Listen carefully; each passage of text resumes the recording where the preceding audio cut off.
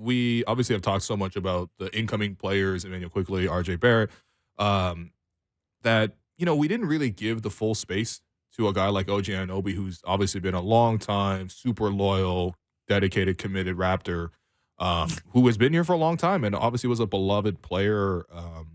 He was my brother's favorite player. He was devastated that he was dealt. Juntao Porter's favorite player. Man, you gotta relax on my bro. But yeah, so we figured we'd commemorate him with just his favorite Raptors moments. So we're gonna go through Raptor show style and just draft our favorite moments from OG Anunoby's dedicated to Emma J. Brown career. That's the Emma J. Brown segment. And by the way, like we mentioned, other pods have done this. Yes. I don't plagiarize, I just Raptorize.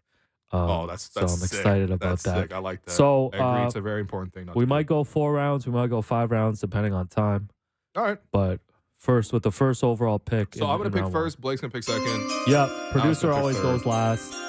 Will, you're on the clock. Hurry up. Listen, I mean, this is no surprise, but the number one OG Anunoby moment is the shot with 0.5 seconds left. That was the real 0.5 offense, was Kyle Lowry inbounding the ball over top of Taco Fall. Into the deep corner to OG Anunoby. The Microsoft Teams screensaver went wild.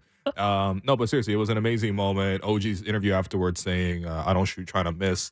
It's just an iconic moment. It's like objectively the number one OG Anunoby moment. So you get the quote with this as well, right? The I don't shoot trying to miss quote? I mean, you know what? If you want the quote, you can have the quote as a second pick if you'd like to. I'm not taking it as a second. I just want to clarify. Attach it. I feel like it should be attached. Okay. Because I've mentioned this before on different podcasts. But if you go into the bathroom in my place, above the toilet, there's an OG print that says, I don't shoot trying to miss. I've been to your house. I guess I never used remind people to aim carefully. That's a pretty aim good carefully there. I love this one too. You don't want a Kawhi Game 7 scenario? Where it dribble 4 bounces. Yeah. Goodness. I like this one too because obviously nothing good came from the pandemic or the bubble. Everything sucked about it. Yep. This play literally could only have happened in the bubble because the only way Kyle was able to thread that pass over Taco Fall and into OG in the far weak corner was that because there was no crowd, he was able to back way up behind the inbound line. Right. So this is sneaky a Kyle pick too of you genius. You just hey, there's no fans there. I can walk. There's no rule that I can't walk back there. There's just usually people in the way. And how do you think they celebrated with room service? I think all you got was room service. They just went for a and walk picked up your prepackaged meals. And saw Donovan Mitchell and Jamal Murray at the pool. That's what happened. It's the longest layover ever. But yeah, that's my first pick. Blake, what are you taking with your first pick? It's tough. There's a lot of that's the obvious number one pick. There's a lot of there are a lot of really good things. Nothing stands out to me as a clear next one. Okay. So I'm gonna go back to getting to know. This isn't even a moment with the Raptors, but one of the best things after they drafted him was going through all his old Twitter posts. Okay. Nice. To learn a little bit about him. And there were tons of fun ones, like him being afraid of dogs and stuff like that. But the pick is, if your girl says hey to me, that's our girlfriend now. I don't care. Polygamy, number 2 pick. Yeah. Nice. It's just as a get to know OG and the sense of humor there, finding out that he was a longtime funny tweeter, low volume, but high effectiveness. It really did give you it really did prime us for what was to come in terms of OG's sense of humor. I think the most impressive thing is OG said this when he was 17. Most 17-year-olds don't have good tweets, so salute to OG for that. Third pick, Derek, what happened to the drops? It's last segment Friday. Derek's out of here, man. Yeah, okay, you're right. Man. Okay, I guess I'll just take the OG scarf saga with Serge Ibaka. The back and forth. It feels like your heart's not in this one, man. I mean, I had other ones that I wanted to go off. Oh, they are in FA Cup, by the way. They're playing Burnley, 39th minute. No, I wanted to go off the board, but I feel like I need to snatch up the scarf saga with Serge, the exchange with Serge, the outfits that they were able to get off. I think it was incredible, too, during that time because the Raptors were in the middle of a 15-game win streak. The vibes were great right before the great pandemic hit. And that scarf thing put the Raptors on national TV more than they did during the championship season. Yeah, people wanted to talk about that. Vibes are undeniable, man. That one's amazing. Serge, the day Serge rolled up in that huge scarf, he also his feet. He also hit the game clinching shot. They came back against Indiana. Yep, They were down 10 with 2 minutes left, and they came back. Yeah, man, that's the best Raptors team we'll ever watch. The vibes were incredible. Anyways, that's my pick. Round 2, back to you, William. All right. With the second pick, so I'm gonna go with another on-court moment. This is for me when I was like all in on OG as a Raptor. Was early into his career, the Raptors were going up against the Houston Rockets, and it was prime James Harden, like MVP James Harden, and he was on his, just a really, really good run kind of thing. And OG's first career start, I actually looked up my own tweets about this. So this is from my own account on November 15, 2017. There's a video attached to this. OG Anunoby's first career start, full offense plus defense highlights. First off, offensively, it held James Harden to 8 of 25 shooting with 9 turnovers. And OG scored 16 points on 6 of 8 shooting with 3 threes. He was a game high plus 22. Was there a hashtag AC fan flight? Just checking. Not for this one. Oh, okay, just checking. Double checking. But shouts to AC fan flight. It's in that era. Yeah. Have me back anytime, please. Yeah. I mean it. But yeah, seriously, that was just like breakout moment for his career. Again, holding James to 8 of 25 with 9 turnovers, ridiculous. Yeah, usually it's only the night before that can hold James Harden to a night that bad the following day. Okay. All right, Blake is up. Let's hear the music, Derek. So this is an on-court one too, but it's more of it's not one specific moment. So I am selecting the pick 6 for OG. OG's signature move, steal, like take it the whole way for a dunk. If you wanted to attach it to a single game, a couple days before the pandemic hit and the season got shut down, I was in Denver. The Raptors lose this game, but it's a crazy game where not only is OG guarding Jokic for a lot of it, it's the first time we got like the big diet of OG on Jokic. He has 32 points in that one on 12 of 16 shooting, 7 steals. And if I remember right, 4 or 5 of the steals, he took the distance himself. This is OG. Obviously, OG's very good at corner 3-point shooting. He's very good just like not even stopping a shot, but keeping a guy from getting a shot entirely. Like OG's specialty is stuff that you don't actually see happen. But the signature move is the pick 6. I'm jumping a passing lane or I'm just ripping it out of your hands and I'm going coast to coast for the dunk. I think he's probably among the Josh Hart's probably the only guy in the NBA who has maybe an equal claim to the pick and going the distance. But this is OG's move, so that's what I'm taking there. Nice, I like that. All right, I'm up. A few years ago on Media Day, OG sat down, with Faisal Khamisa of Sportsnet, nice. #1 sports network in the country. And, all the Raptors players were asked to draw the OVO owl. And I don't know how would you even describe what OG drew? OG drew like a very boxy ghost. Yeah. Like it's like in like Super Mario World type. Yeah. And that drawing went viral. I know people made T-shirts of it, etc. So I'm drafting the OG OVO owl drawing. Okay. Do you get Faisal as part of this pick? Like Faisal's just on your roster. I think that's why he did it. I already have Faisal, but go on. This is a Raptors Bill Duffy connection. Yet another Khamisa jersey for Alex Wong. Shouts to third mommy. Oh, goodness. All right, if only you knew the background. Round 3, William Lou. Okay, so I've already got 2 on-court moments for OG. And so I think I'm going to try to take an off-court moment for OG. I have a couple to choose from here, but I think I'm going to go with this is just like one of those random little reels that they record on Media Day so that they can play it during commercial breaks in the arena. Is it the Juice one? No, it's actually, so OG was challenged to list in 30 seconds as many things that he's afraid of. Damn it, that was my next pick. Not him, just people are afraid of, right? Oh, that people are afraid of, yes. Okay. So his list went coyotes, dogs, cats, fish, which fish is questionable to me. I don't know if people are afraid of fish other than Lee Man. Spiders, hamsters, rats, seagulls, whales. And then he paused for a while and he finally came up with cottage cheese, which took him like 10 seconds to get to cottage cheese. So he finished with 10. But yeah, OG being afraid of cottage cheese is one of my favorite OG moments. That is a great pick. It was on my board as well. And this is my next pick. The Juice one that's related to it is in another one of those things. He got asked, your house is on fire. What's the first thing you save? And he said juice. Like he's going to the fridge and getting his juice before he leaves it on fire. OG might actually be funny. All right. All right, that's my third pick. Blake. Murphy. Fitting music, because I'm going back to June 22nd, 2017, which is draft night. And so obviously at this point in time at Raptors Republic, I'm doing a lot of draft prep, doing a lot of the write-ups and things like that.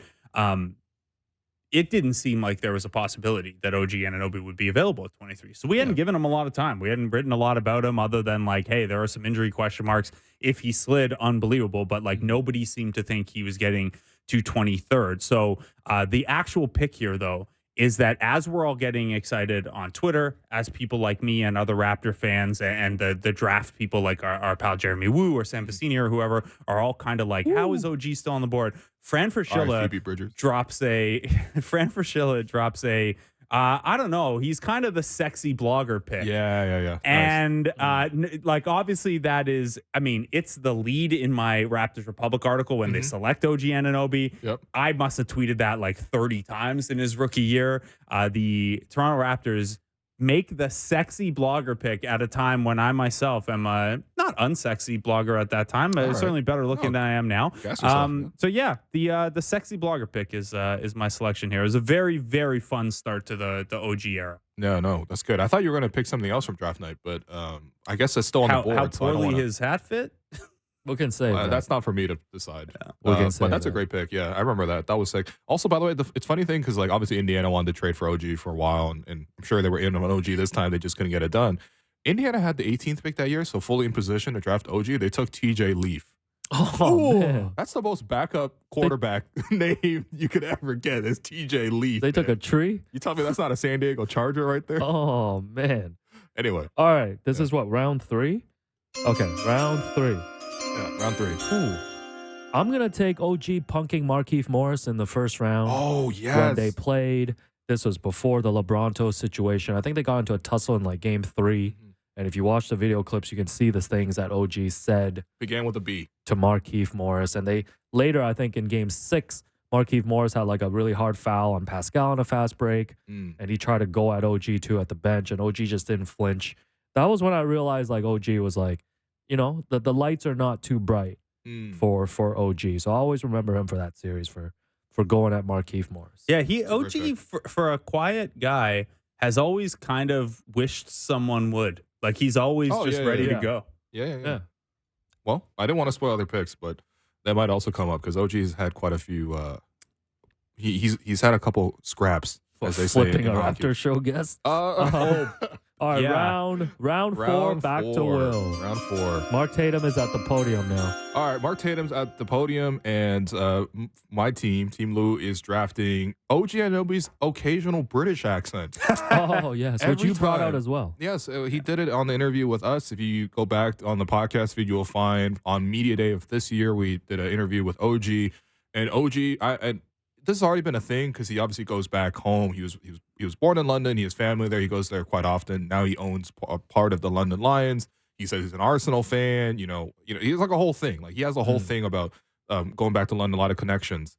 As most Nigerians do, to be honest, at least in the diaspora. And then so OG, every time he goes back to London, the accent starts to pop out. You know, like I don't know if people watch CBS Galazzo's show, but like he's a bit like Kate Abdo. Like there's just different accents that he's capable of pulling out here. So I gave OG that little quiz about just reading some British terms, and so that's gonna sit forever in my Google Drive because when else am I ever gonna look at it? But yeah, there's a whole Google Drive that just has OG trying to say words like aluminium and Tuesday, Adidas in it, schedule, yeah. But yeah, shouts to OG. Combination. I should have put combination in there. Damn it, man. Where was my producer that day? He was sitting right beside me, actually. No, I like that one. All right, on to Blake Murphy, round 4. All right, this one's incredibly stupid and maybe a little inside writing. So last year at Media Day, we get told, and in the media guides and things like that, hey, by the way, OG Anunoby is now spelt O.G. It's a new thing, and OG's explanation is it was always spelled that way. That's what they did at Indiana. I don't know how it got to be this. OG does not stand for anything. It is just a shorter version of Agugwa, it's the his first first two name. letters. Yeah. I looked into every possible thing. Is his middle name start with the G? Is there a Nigerian word that starts with the letter G that maybe is a junior version or something like that? Anything to make it make sense. What O.G. would mean. Absolutely nothing. I go back and I look at the Indiana media guides when he was in college. No O.G. Like fully just made that up. Gotcha. And then this year at Media Day, we look at the media guides. The initials are gone. It's just back to OG. Just for a year to mess with people, he decided, and like, this seems like a small thing, but NBA.com, every one of those stats databases that has to pull data, things like that, video games, what's on his player, like on his trading card, what is on the Raptors.com website, what we're putting up on Sportsnet.ca when we write about a guy, all for one season. Just because OG felt like it, had to be O.G. And then this year he lets it go and it's back to just OG. I like it. It's like the first episode of The Wire where Rawls is like, the commissioner likes dots.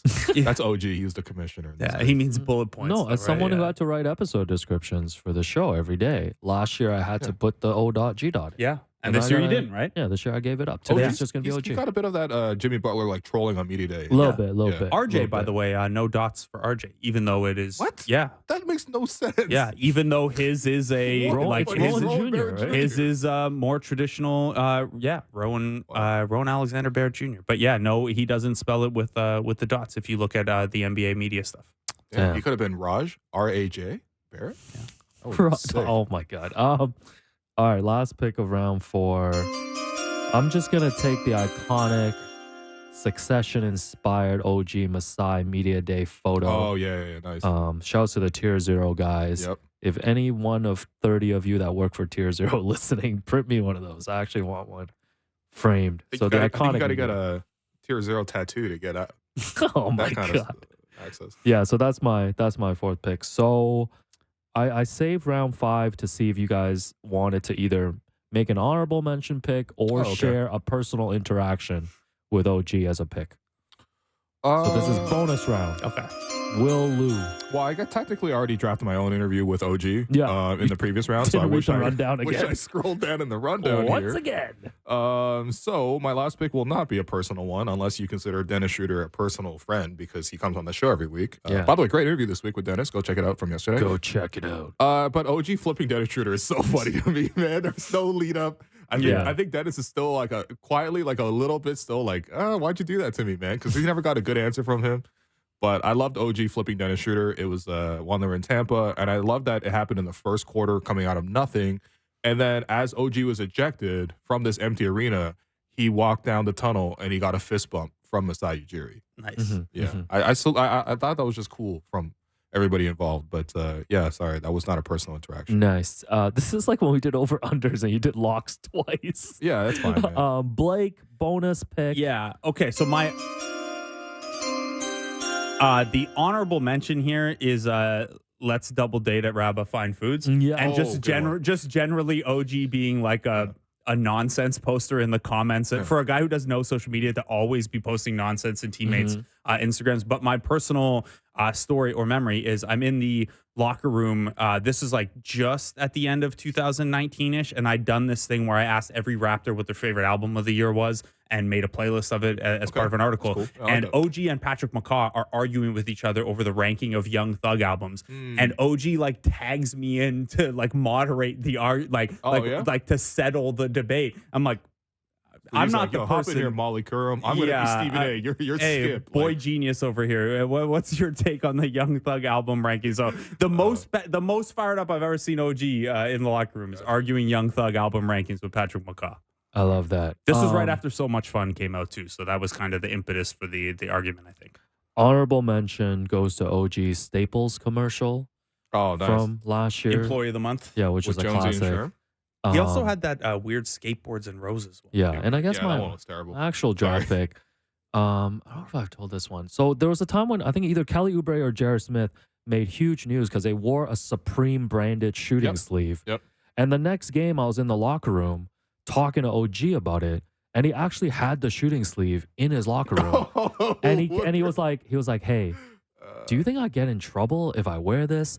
and his biggest worry was Kyle getting mad at him because he That's thought culture. Yeah, That's team culture right but there. he was like, you think Kyle will get mad? Because like he thought if he did that and pulled it out like for the starting lineup intro, it'd be like not serious, and Kyle might be like, oh, what are you doing? So this was very early. So in Kyle his Lowry's career. on the floor dapping people who are doing calisthenics. Yeah. But then he sees OG and he's like, take that off. Yeah, take that sleeve that off. off. Yeah. So Wow. OG ended up not wearing the sleeve. All right. Yeah. That's a great story. There's very few Alex Wong stories I've never heard. know, So I'm 'cause I actually only kind have of grateful for this. Because I only have 3. Actually quite grateful for this. I wish we had Danny Green on to do this one because obviously the Rabba Fine Foods was at him, and he also I think told a story once, and it's never been verified with photos. But like when they were celebrating the championship in Vegas, he was wearing swim trunks and a suit blazer. Oh, yeah. So I actually asked OG about this one time. Yeah. It was for Yahoo Sports. It's called 25 Questions with OG. Check it OG out. just completely shut that down. He said Danny was making stuff up. Yeah. I want to get But this I also one think in. that that's true, though. I want to get this one in before we wrap up because I think it defines OG. This is from Twitter account Brooks Otterlake when OG got traded. Tweeted, I once had a table next to OG at Pi, and when his pad thai arrived, he said, "What's that?" And his date said, "That's what you ordered." So that's a good one. We'll miss you, OG. Thank you for all your time with the Raptors, and that's all the time we have for the Raptors show.